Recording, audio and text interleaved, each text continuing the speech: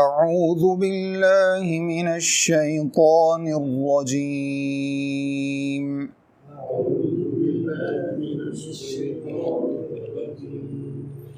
بسم الله الرحمن الرحيم.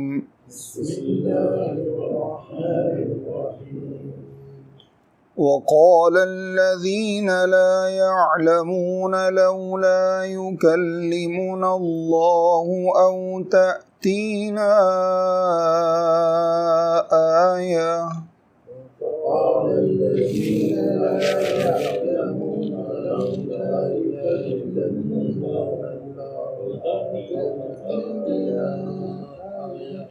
كذلك قال الذين من قبلهم مثل قولهم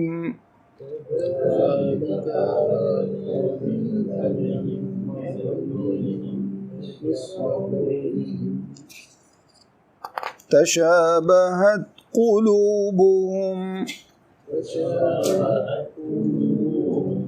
قد بينا الآيات لقوم يوقنون.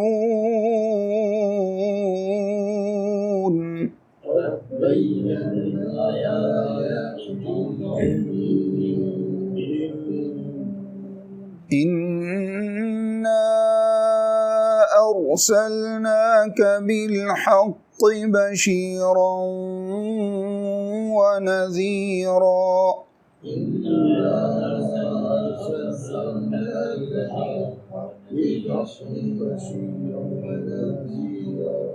ولا تسأل عن أصحاب الجحيم.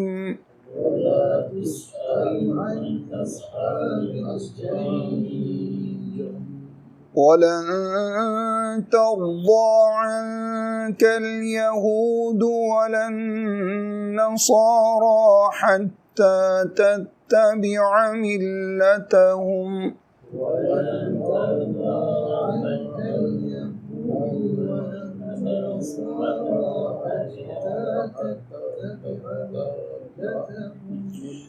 قل إن هدى الله هو الهدى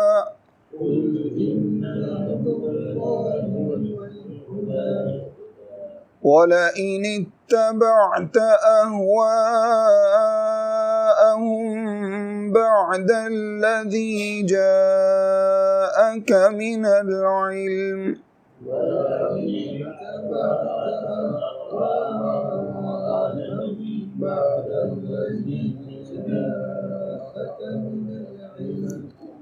ما لك من الله من ولي ولا نصير.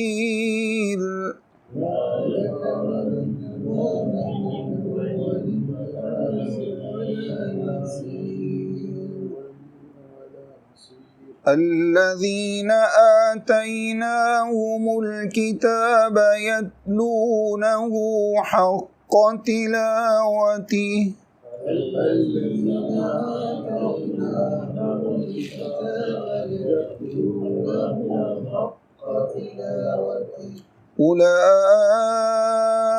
أولئك يؤمنون به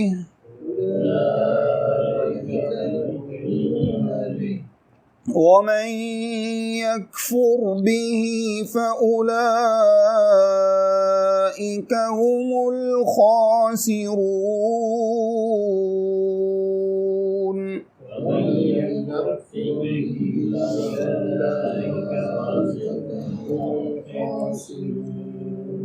صدق الله العظيم. أعوذ بالله من الشيطان الرجيم. بسم الله الرحمن الرحيم. وقال الذين لا يعلمون لولا يكلمنا الله أو تأتينا آية।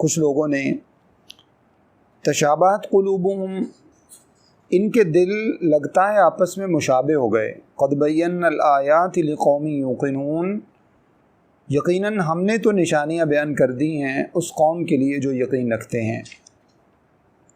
اس آیت کریمہ میں اشارہ ہے مشرکین مکہ کی طرف۔ اللہ رب العزت نے ارشاد فرمایا کہ ان لوگوں نے جن کے پاس کسی بھی چیز کا علم نہیں ہے، پہلے تو اہل کتاب کی بات چل رہی تھی، یہود اور نصارہ دونوں اہل کتاب ہیں، جبکہ مشرکین مکہ جو ہیں وہ اہل کتاب نہیں تھے، ان کے پاس رسول اللہ صلی اللہ علیہ وسلم سے پہلے چونکہ کوئی نبی نہیں آئے تھے، اس وجہ سے اللہ نے فرمایا وہ لوگ جن کے پاس کسی بات کا علم نہیں ہے، انہوں نے بھی کون سی بات کہی، کہنے لگے کہ اللہ تعالیٰ ہم سے بات کیوں نہیں کرتا؟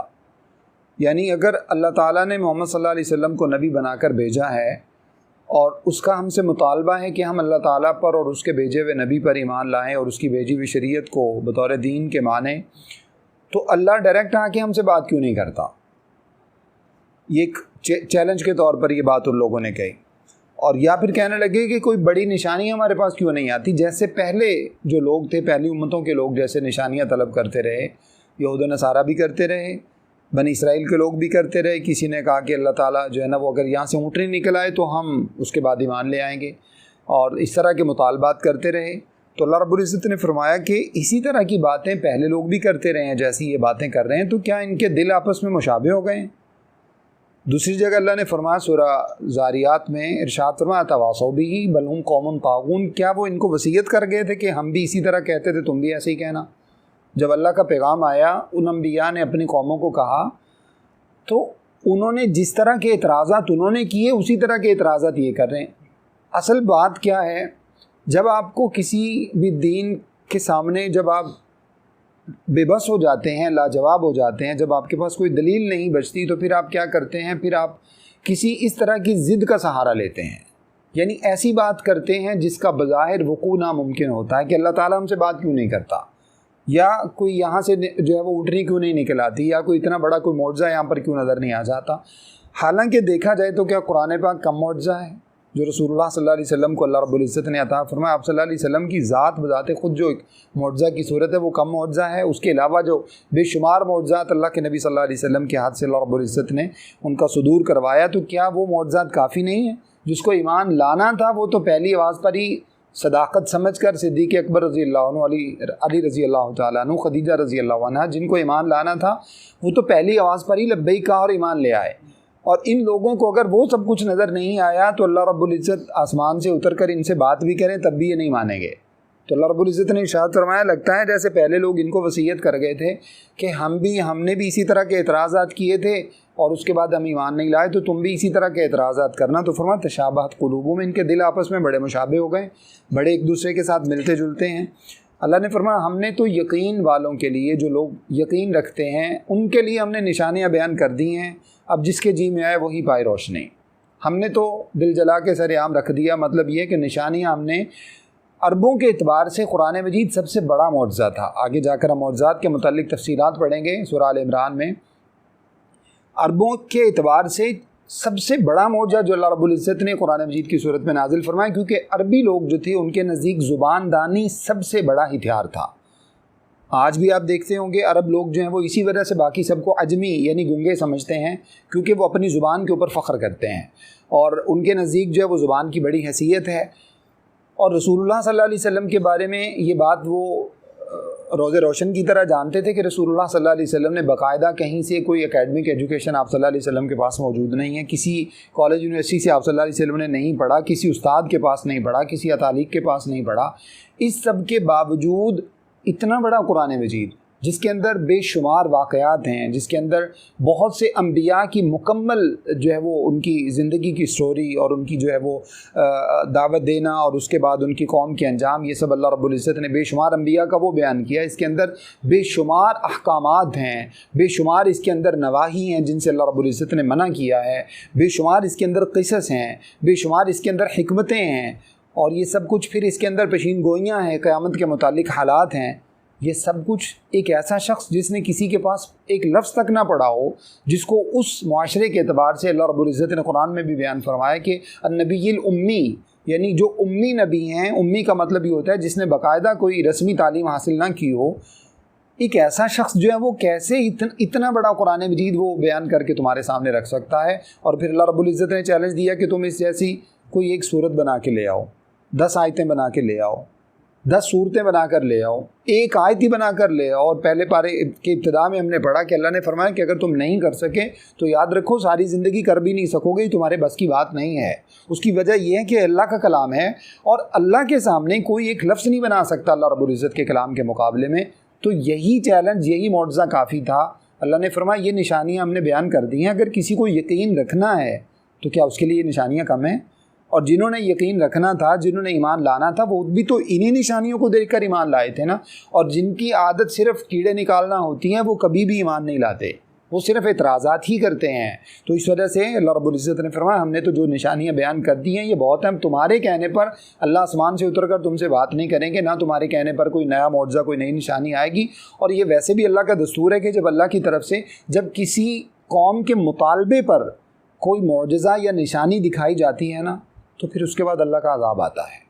جیسے صالح علیہ السلام کی قوم نے جب اونٹنی کا مطالبہ کیا، اللہ رب العزت نے وہ اونٹنی پہاڑ سے نکال دی، ایک چٹان کس سے انہوں نے دیکھا ان کے سامنے ایک اونٹنی نکل آئی، لیکن اب اس کے بعد کیا ہوا؟ اللہ نے فرمایا فَعَقَرُوهَا فَأَصْبَحُوا نَادِمِينَ۔ اب انہوں نے کیا کیا؟ اس اونٹنی کے ساتھ، یعنی اب ان لوگوں کے اوپر ایمان لانا لازم ہو جاتا ہے، چونکہ اللہ نے ان کا مطالبہ پورا کیا ہے، جو انہوں نے اللہ تعالیٰ سے مطالبہ کیا اللہ رب العزت نے وہ دکھا دیا ہے۔ اب اگر ایمان نہیں لائیں گے تو پھر اللہ رب العزت ان کو عذاب دینے میں، حق بجانے میں، بظاہر اگر اللہ رب العزت نہ بھی نشانی دکھائے اور کوئی شخص ایمان نہ لائے تو اللہ رب العزت عذاب دینے میں خود مختار ہیں، وہ جس کو چاہیں عذاب کا شکار کر دیں۔ لیکن یہ تو ایک کامن سینس کی بات ہے نا کہ جب آپ نے مطالبہ کیا اور آپ کا مطالبہ پورا کر دیا گیا، پھر اس کے باوجود اگر ایمان نہیں لائے تو پھر عذاب ہی آپ کا مقدر ہے۔ تو اس وجہ سے اللہ رب العزت کی طرف سے ایسے معجزات کا نہ آنا یا اس طرح کی نشانیاں جو انہوں نے طلب کی ہیں، اس طرح کی نشانیوں کا نہ آنا، یہ ایک طرف دیکھا جائے تو اللہ تعالیٰ کی رحمت ہے کہ اگر وہ نشانیاں آ جاتی اور پھر یہ لوگ ایمان نہیں لاتے، اپنی ان عادات پر برقرار رہتے تو پھر عذاب کا شکار ہوتے۔ اللہ نے فرمایا اِنَّا أَرْسَلْنَاكَ بِالْحَقِّ بَشِيرًا وَنَذِيرًا، یقیناً ہم نے آپ کو حق کے ساتھ نبی بنا کر بھیجا ہے اور خوشخبری دینے والا، ڈرانے والا بنا کر بھیجا ہے۔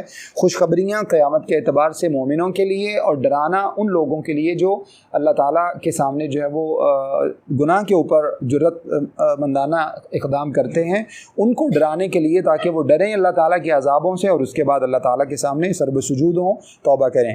وَلَا تُسْأَلُ عَنْ أَصْحَابِ الْجَحِيمِ، اور اے نبی صلی اللہ علیہ وسلم آپ سے جہنم والوں کے بارے میں باز پرس نہیں کی جائے گی، آپ سے نہیں پوچھا جائے گا یہ لوگ جہنم میں کیوں جا رہے ہیں۔ کیوں؟ اس کی وجہ یہ ہے کہ آپ نے پیغام پہنچا دیا۔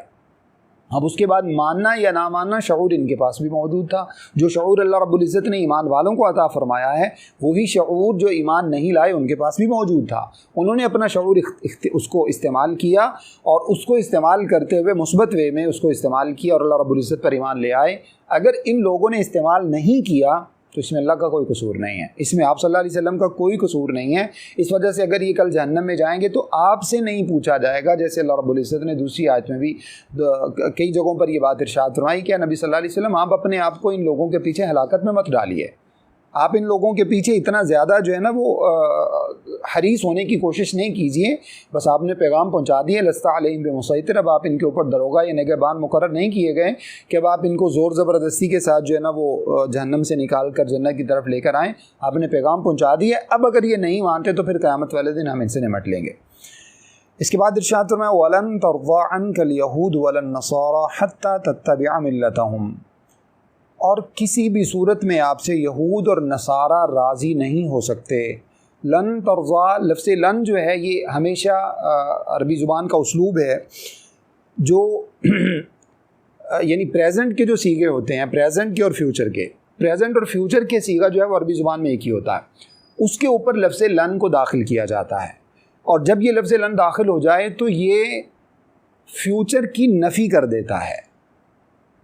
اس کے مقابلے میں ایک لفظ ہوتا ہے لم، لم بھی اسی طرح سے فیوچر کے صیغوں پر داخل کیا جاتا ہے لیکن وہ ماضی کی نفی کرتا ہے۔ لفظ لن جو ہے یہ مستقبل کی ہمیشہ کی نفی کر دیتا ہے، جس کا معنی یہ نکلے گا کہ ہرگز ہرگز آپ سے یہود و نصارہ راضی نہیں ہو سکتے، کسی بھی صورت میں آپ سے راضی نہیں ہو سکتے، صرف ایک ہی صورت ہے حتیٰ تتبع ملتہم، یہاں تک کہ آپ ان کے دین کو اپنا لیں، ان کے دین کی پیروی کر لیں۔ یعنی آپ یہودی ہو جائیں یا آپ عیسائی ہو جائیں، اس کے علاوہ کسی صورت میں آپ ان کو مطمئن کر ہی نہیں سکتے۔ ہمیشہ سے ان کا مطالبہ ڈو مور کا ہی رہے گا، اور کیجئے نہیں، ابھی بھی کم ہے۔ آپ نے اپنی پوری کی پوری معاشرت کو بدل ڈالا، اپنے کلچر اپنا بدل ڈالا، آپ نے ان کے کہنے پر اپنا طرز حکومت بدل دیا، ان کے کہنے پر آپ نے جو ہے وہ لائف سٹائل اپنا چینج کر دیا، اپنی بچیوں کو آپ نے بازاروں میں نکال دیا، ان کے کہنے پر آپ نے سب کچھ اپنا جو ہے وہ تہس نہس کر کے رکھ دیا، آپ نے شریعت چھوڑ دی، آپ نے جہاد کو لفظ ممنوع، شجر ممنوع قرار دے دیا اپنے ملک میں۔ اس سب کے باوجود آج تک کیا یہود و نصارہ ہم سے خوش ہو گئے ہیں؟ کیا اب امریکہ کے مطالبات ختم ہو گئے ہیں؟ یہ صرف ہماری بات نہیں، اللہ رب العزت نے ایک عالمگیر حقیقت بیان فرمائی ہے۔ اللہ رب العزت نے یہود و نصارہ کو پیدا کیا اور اسی نے مسلمانوں کو پیدا فرمایا۔ وہ اللہ رب العزت یہود و نصارہ کی فطرت سے بھرپور واقف ہیں۔ اللہ کو پتہ ہے وہ یہود، اب آپ اندازہ لگائیں، وہ یہود و نصارہ یہ دونوں قومیں ہی بنی اسرائیل سے تعلق رکھتی ہیں۔ یہ وہ لوگ ہیں جنہوں نے اپنے نبیوں کو قتل کرنے سے پرہیز نہیں کیا، جن لوگوں کے مطالبات کے اوپر اللہ رب العزت نے معجزات نازل فرمائے، اس کے باوجود یہ لوگ نہیں مانے۔ یہ وہ ہیں جنہوں نے اپنے نبی علیہ السلام سے کہا تھا اذهب انت وربک فقاتلا انا ہاہنا قاعدون، جاؤ تم اور تمہارا رب لڑو، ہم تو یہاں بیٹھے ہیں۔ موسیٰ علیہ السلام کو انہوں نے کہا تھا۔ تو آپ ان کو خوش کرنے کے چکر میں لگے ہیں۔ اللہ نے جتنے ان لوگوں کو فضائل دیے تھے، جتنا اللہ رب العزت نے ان کو پروٹوکول دیا تھا، دنیا کے اندر جتنی بڑی فضیلت عطا فرمائی تھی، آگے پھر آیت آ رہی ہے جس کے اندر اللہ نے ذکر فرمایا، پورے تمام جہانوں کے اوپر اللہ رب العزت نے ان کو سب سے زیادہ افضل بنایا تھا۔ کیا وہ مقام ان کو راس آیا اللہ رب العزت کی طرف سے دیا ہوا؟ اس سب کے باوجود ہمیشہ ان کا وتیرہ کیا رہا؟ اللہ کی نافرمانی۔ موسیٰ علیہ السلام کے ہاتھ مبارک میں کتنی مرتبہ یہ جو مختلف عذاب تھے، جوؤں کا عذاب تھا، کھٹملوں کا عذاب تھا، ٹڈی دل کا عذاب تھا، خون کا عذاب تھا، ہواؤں کا عذاب تھا، یہ سب عذاب کون سی قوم پہ آئے تھے؟ بنی اسرائیل کے اوپر آئے تھے۔ بنی اسرائیل کے اوپر عذاب آئے تھے۔ ہر عذاب آنے کے بعد ایک مرتبہ توبہ کرتے، جب وہ عذاب ٹل جاتا تو پھر اسی طرح کے ہو جاتے۔ فرعون کی قوم سے اللہ رب العزت نے ان کو نجات دلائی، کیا اس کے بعد یہ سیدھے ہو گئے؟ جب میدان تیہ میں پہنچے تو پھر وہی صورتحال۔ آگے اللہ نے فرمایا قوم عمالقہ سے جا کر جہاد کرو، موسیٰ علیہ السلام کو کہنے لگے جاؤ آپ اور آپ کا رب جہاد کرو، ہم تو یہاں بیٹھے ہیں۔ کھانے پینے کے لیے اللہ رب العزت نے آسمان سے ان کو من و سلوہ دیا، کیا اس کے بعد یہ اللہ رب العزت کے ساتھ سیدھے ہو گئے؟ تو پھر ہم کس چکر میں؟ ہم ابھی تک یہ کیوں نہیں سمجھ پا رہے کہ جن لوگوں کو اللہ رب العزت کی دی ہوئی اتنی نعمتوں کے باوجود ان لوگوں نے کفران نعمت کیا، تو کیا وہ ہماری ساری باتیں ماننے سے مطمئن ہو جائیں گے؟ کسی بھی صورت میں نہیں ہوں گے۔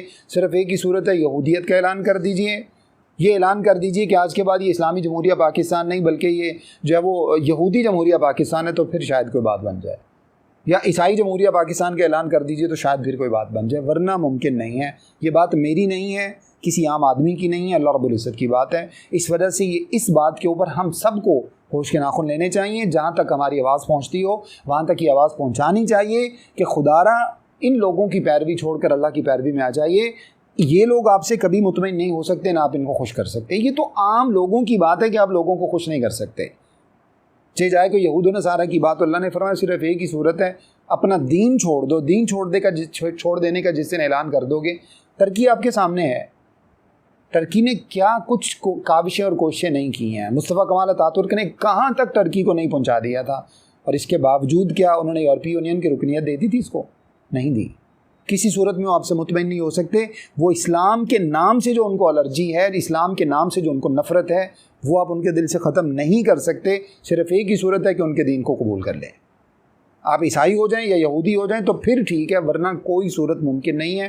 جب ایسا ممکن ہی نہیں ہے تو پھر ایسی جو ہے وہ فضول قسم کی کاوشیں کرنے کی ضرورت ہی کیا ہے؟ پھر اپنے دین کے اوپر کاربند رہیے۔ جو اللہ رب العزت نے آپ کو دین دیا ہے اس کے بارے میں گارنٹی ہے کہ قیامت والے دن اس کے اوپر عمل پیرا ہونے کے بعد قیامت والے دن انشاءاللہ نجات بھی ہو جائے گی۔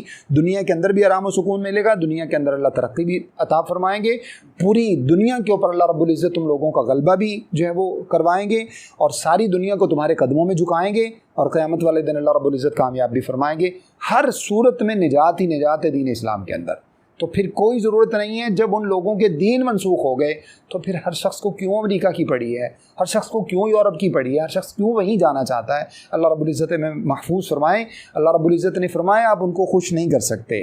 اس کے بعد ارشاد فرمایا اور یاد رکھ لو قل ان ھدی اللہ ھو الھدی، اے نبی صلی اللہ علیہ وسلم آپ ان کو بتا دیجئے کہ یقینی طور پر اللہ کی ہدایت ہی اصل ہدایت ہے، اور وہ کس صورت میں ہے؟ یہ آپ کے سامنے ہے۔ ذالک الکتاب لا ریب فیہ ھدی للمتقین۔ اللہ رب العزت نے فرمایا یہ اسلام کی صورت میں جو ہدایت ہے یہ اللہ کی طرف سے ہدایت ہے، یہی اصل ہدایت ہے۔ یہود و نصارہ کے پاس جو کتابیں ہیں وہ سب منسوخ ہو گئی ہیں، ان کے پاس ہدایت نہیں ہے، وہ گمراہی پر چلے گئے ہیں۔ غیر المغضوب علیہم ولا الضالین میں اللہ نے اعلان فرما دیا دونوں قوموں کے بارے میں، ایک گمراہ ہو گئے، ایک ان میں سے جو ہے اللہ کے غضب کا شکار ہو گئے۔ تو اللہ نے فرمایا ہدایت آپ کے پاس ہے، اور اللہ رب العزت نے آپ کو وہ دین دیا ہے جس کو پوری دنیا کے اوپر غالب آنا ہے، تو پھر آپ کس چکر میں پڑے ہیں؟ اپنے دین کے ساتھ سنسیئر ہو جائیے، اپنے دین کے ساتھ مخلص ہو جائیے۔ وَلَئِنِ اتَّبَعْتَ أَهْوَاءَهُمْ بَعْدَ الَّذِي جَاءَكَ مِنَ الْعِلْمِ، اس کے بعد اللہ نے فرمایا اور یہ یاد رکھ لیجئے، اگر آپ نے اس کے باوجود، یعنی علم آ جانے کے باوجود، علم کا مطلب ہے دین اسلام کا علم آپ کے پاس آ چکا ہے، یہ علم آ جانے کے باوجود آپ نے پیروی کی، وَلَئِنِ اتَّبَعْتَ، اور اگر آپ نے پھر بھی اتباع کیا أَهْوَاءَهُمْ ان کی خواہشات کی، بَعْدَ الَّذِي جَاءَكَ مِنَ الْعِلْمِ آپ کے پاس علم کے آ جانے کے بعد، تو پھر یاد رکھ لیجئے، اس وعید کو اپنے سامنے رکھیے، مَا لَكَ مِنَ اللَّهِ مِن وَلِيٍّ وَلَا نَصِيرٍ، قیامت والے دن پھر اللہ کے سامنے آپ کا کوئی دوست اور کوئی مددگار نہیں ہوگا۔ یہ اللہ رب العزت نے آپ کو مجھے کھلا چیلنج دے دیا ہے۔ یہ سب کچھ بتانے کے بعد اللہ نے فرمایا کہ اب اس کے باوجود اگر تم یہود و نصارہ کی ہی خواہشات کے اوپر عمل پیرا ہونے کی کوشش کرو گے، انہی کے لائے ہوئے نظام کو تم اپنے ملک میں رائج کرنے کی کوشش کرو گے۔ اب آپ ذرا تھوڑا سا ڈیپلی اگر دیکھ لیں، میں چند چیزیں آپ کے سامنے ذکر کی، آپ لوگ مجھ سے زیادہ بہتر ان چیزوں کو سمجھتے ہیں۔ اسکولوں میں نصاب ہم نے چینج کر دیا ہے، ہم ان کا دیا ہوا نصاب پڑھا رہے ہیں، یونیورسٹیز ہماری ان کے طرز پہ چل رہی ہیں، ہمارے تعلیمی ادارے ان کے طرز پہ چل رہے ہیں۔ یعنی آکسفورڈ کیمبرج اس وقت ایک وقت تھا جب یہ صرف وہیں پر تعلیم ملتی تھی، اور اب یہ آپ کے گلی محلے کے اسکولوں میں آکسفورڈ کیمبرج کی تعلیم آپ کو مل رہی ہے، جس میں حیا باختہ، اسلام باختہ ہر قسم کا مواد آپ اپنے بچوں کو پڑھا رہے ہیں۔ ان کے کہنے پر آپ نے یہ چینج کر لیا۔ اپنی مارکیٹس میں چلے جائیے اور یورپ کی مارکیٹس میں چلے جائیے، آپ کو کوئی خاص فرق نظر نہیں آئے گا۔ ہم نے اپنی خواتین کو اس نہج پہ چلا دیا، ہم نے دین اسلام کو چھوڑ دیا ہے۔ دین اسلام چھوڑ کر ہماری سوچ یہ بن گئی ہے کہ ہمارے لیے سب سے بڑا پیسہ بن گیا، سب سے بڑا جو ہماری دنیا کے اندر جو کامیابی ہے، کس کی لائف کو ہم سمجھتے ہیں کہ سیٹ ہو گئی ہے، جس کی یا تو جاب اچھی ہو جائے، یا جس کا کاروبار بزنس اچھا ہو جائے، دین کا پتہ ہے یا نہیں پتہ، اللہ رسول کو جانتا ہے یا نہیں جانتا، یہی سب سے بڑی کامیابی دنیا میں ہم نے سمجھ لی ہے۔ اس سب کے باوجود وہ لوگ تو ہم سے مطمئن نہیں ہوئے، وہ تو مطمئن نہیں ہوئے، ادھر سے ہم نے اللہ کو بھی ناراض کر لیا۔ اللہ نے فرمایا اگر یہ سب کچھ علم آ جانے کے باوجود اگر آپ نے پھر بھی ان کی خواہشات کے اوپر عمل پیرا ہونے کی کوشش کی، تو پھر یاد رکھ لیجئے دنیا تو خراب ہوئی ہے، قیامت والے دن بھی اللہ کے پاس کچھ نہیں ہے۔ مَا لَكَ مِنَ اللَّهِ مِن وَلِيٍّ وَلَا نَصِيرٍ، پھر قیامت والے دن اللہ کے سامنے کوئی دوست اور کوئی مددگار تمہارے کام نہیں آ سکے گا۔ پھر قیامت والے دن سزاؤں کے لیے بھی تیار ہو جائیے۔ اللہ رب العزت ہمیں ایسی لعنتوں سے محفوظ فرمائے، اللہ رب العزت ہمیں ایسی زندگی سے محفوظ فرمائے، اللہ اور اس کے رسول صلی اللہ علیہ وسلم کے ساتھ تعلق کو مضبوط کرنے کی توفیق عطا فرمائے۔ الذین آتیناہم الکتاب یتلونہ حق تلاوتہ، اللہ فرماتے ہیں وہ لوگ جن کو ہم نے کتاب عطا فرمائی، کتاب سے مراد یہاں پر جو ہے وہ تورات اور انجیل بھی ہو سکتی ہے، اور کتاب سے مراد قرآن مجید بھی ہو سکتا ہے، جن کو ہم نے کتاب عطا فرمائی یتلونہ حق تلاوتہ، وہ اس انداز سے اس کو پڑھتے ہیں جیسے تلاوت کرنے کا حق ہے، جیسے پڑھنے کا حق ہے۔ اولئک یؤمنون بہ، یہی وہ لوگ ہیں جو صحیح معنی میں اس کے اوپر ایمان بھی لاتے ہیں۔ وَمَن يَكْفُرْ بِهِ فَأُولَٰئِكَ هُمُ الْخَاسِرُونَ، اور جو کوئی شخص اللہ کی کتاب کے ساتھ کفر کرے تو سب سے بڑے خسارہ پانے والے یہ لوگ ہیں۔ اس سے مراد اصل میں ایک تو وہ لوگ ہیں جو یہود میں سے، اہل کتاب میں سے، عیسائیوں میں سے، عیسائی بھی اہل کتاب تھے، ان میں سے کچھ لوگ جو ایمان لے آئے، انہوں نے کتاب کو ایسے پڑھا جیسے کتاب پڑھنے کا حق ہے، یعنی اللہ رب العزت نے ان کو حکم دیا تو انہوں نے اس حکم کو مان لیا۔ ایک تو یہ مراد ہے۔ دوسرا اس سے مراد یہ ہے کہ اگر قرآن مجید اس سے مراد لیا جائے تو قرآن کو پڑھنے کا حق کیا ہے؟ نمبر ایک تو اس کی ورڈنگ جو ہے اس کو بہترین انداز سے کیا جائے، الفاظ کا جو مطلب جو پرونانسیشن ہے، پروناؤنس اچھے طریقے سے کیا جائے، تجوید اچھی ہو، اچھے طریقے سے تلاوت کیے جانے کا یہ مطلب ہے۔ پھر اس کے بعد کیا ہے؟ جہاں پر عذاب کی آیت آئے وہاں پر اللہ سے پناہ طلب کی جائے، جہاں پر رحمت کی آیت آئے وہاں پر اللہ رب العزت کی رحمت کا سوال کیا جائے، جہاں پر جنت اور جہنم کا تذکرہ ہو وہاں پر اسی کے مطابق جہنم سے پناہ مانگی جائے، جنت کا سوال کیا جائے، اور قرآن مجید کے معانی کے اوپر غور کیا جائے، تدبر کیا جائے، اس کے اوپر جو ہے وہ تفکر کیا جائے، غور و فکر کیا جائے، اس کے معانی کو سمجھا جائے اپنی زندگی کے اندر۔ اولئک یؤمنون بھی، اس کے اوپر وہ ایمان بھی لاتے ہیں۔ ہمیں اللہ رب العزت نے کتاب عطا فرمائی ہے تو اس کتاب کا تقاضا یہ اس لیے نہیں ہے کہ اس کو غلاف میں لپیٹ کر جو ہے وہ اونچی جگہ کسی اتاق میں رکھ دیا جائے، بلکہ یہ اس لیے ہے تاکہ اس کو پڑھا جائے اور اس کے مطابق اپنی زندگی گزاری جائے۔ اس کو اپنا لائف اسٹائل بنایا جائے، اپنے بچوں کو سکھایا جائے، ان کو بتایا جائے کہ تمہارا اصل مقصد کیا ہے، تمہارا ویژن کیا ہے۔ اس وقت مسلمان کے پاس اگر کوئی چیز نہیں ہے تو صرف پرپز آف لائف نہیں ہے، اس کے پاس ویژن نہیں ہے۔ مسلمان کوئی ویژنری مسلمان نہیں رہا، صرف ایک جو ہے نا وہ نام کا مسلمان رہ گیا ہے۔ مطلب اسی وجہ سے جو ہے وہ ہم کیا کیا، آسرے پہ جو ہے وہ آسرا کر کے بیٹھے ہوئے ہیں، ہاتھ پہ ہاتھ دھرے کسی اور کے انتظار میں کہ کوئی آ کے ہمیں نجات دلا دے۔ اپنا مقصد ہم بھول ہی گئے۔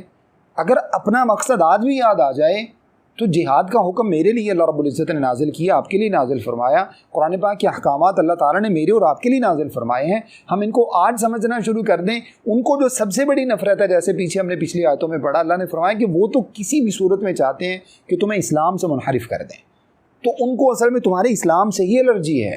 تو اللہ رب العزت نے اس وجہ سے فرمایا کہ اس کو کتاب کو پڑھنے کا حق کیا ہے، اس کے اوپر ایمان لایا جائے۔ اور ایمان کیسے لایا جاتا ہے؟ صرف یہ کہہ دینا کہ جو ہے وہ قل آمنت باللہ، اور اسی طرح سے جو باقی الفاظ ہیں ایمان لانے کے، ایمان مجمل اور مفصل کی جو مطلب ورڈنگز ہے، بس ان کو پڑھ لیا جائے اور اس کے بعد کافی ہو جاتا ہے، یہ مطلب ہرگز نہیں ہے ایمان لانے کا۔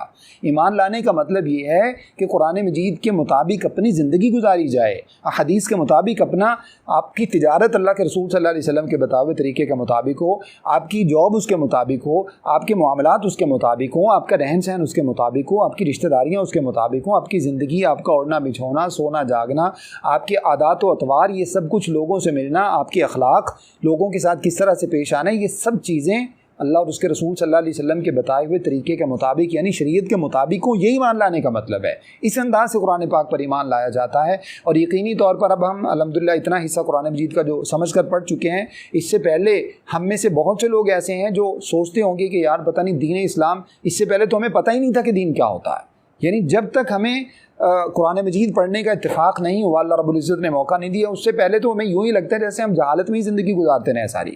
تو اصل جو مقصد ہے، چونکہ ہم اس سے پیچھے ہٹے ہوئے ہیں، اس وجہ سے ہمیں لگتا ہے کہ جیسے ہمیں دنیا کے اندر جو ہے نا وہ اتنی بڑی تعداد مسلمانوں کی، اس سب کے باوجود مسلمان ہی مجبور و مقہور ہیں، وہی مظلوم ہیں، ہر جگہ پر انہی پر ظلم کیا جا رہا ہے۔ اس کو بنیادی سبب یہ ہے کہ وہ معزز سے زمانہ میں مسلمان ہو کر اور ہم خار ہوئے تارک قرآن ہو کر قرآن چھوڑا ہے، دین چھوڑا ہے، تو اللہ رب العزت نے ذلت اور رسوائی ہمارا مقدر ٹھہرا دی ہے۔ تو اولئک یؤمنون بہ کا مطلب یہ ہے کہ وہ لوگ اس پر ایمان لاتے ہیں، یعنی اپنی لائف کو قرآن مجید اور حدیث کے مطابق بناتے ہیں۔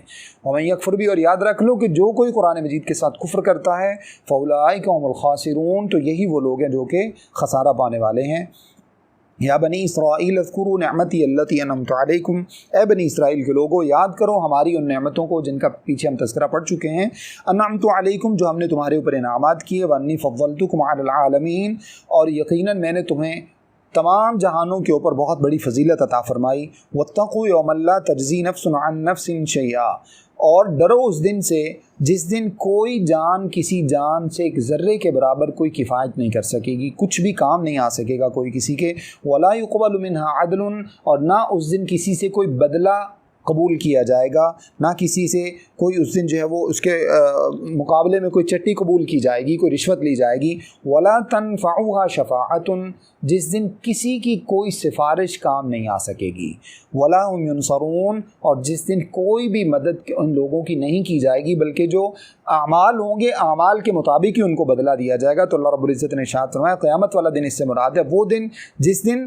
نہ تو کوئی جان کسی جان کے کام آ سکے گی۔ جیسے دنیا کے اندر کیا ہوتا ہے، اگر کسی کو کوئی دکھ تکلیف پہنچتا ہے، اس کا والد، اس کا بھائی، اس کا شوہر، اس کی بیوی، اس کے بچے، اس کی بہنوں میں سے کوئی، یا کوئی دوسرا رشتہ دار یا کوئی دوست احباب میں سے کوئی آ کے اس کو دلاسا دیتا ہے، کوئی اس کو جو ہے وہ کچھ، جیسے اس وقت دنیا میں چلن ہے، دنیا میں لوگ کچھ اپنا جو ہے نا وہ اپنے آرگنز تک لوگ ڈونیٹ کر دیتے ہیں، اس حد تک چلے جاتے ہیں، تو ایک جان دوسری جان کے کام آ رہی ہے، اس کو مصیبت سے نکالنے میں مدد کرتے ہیں۔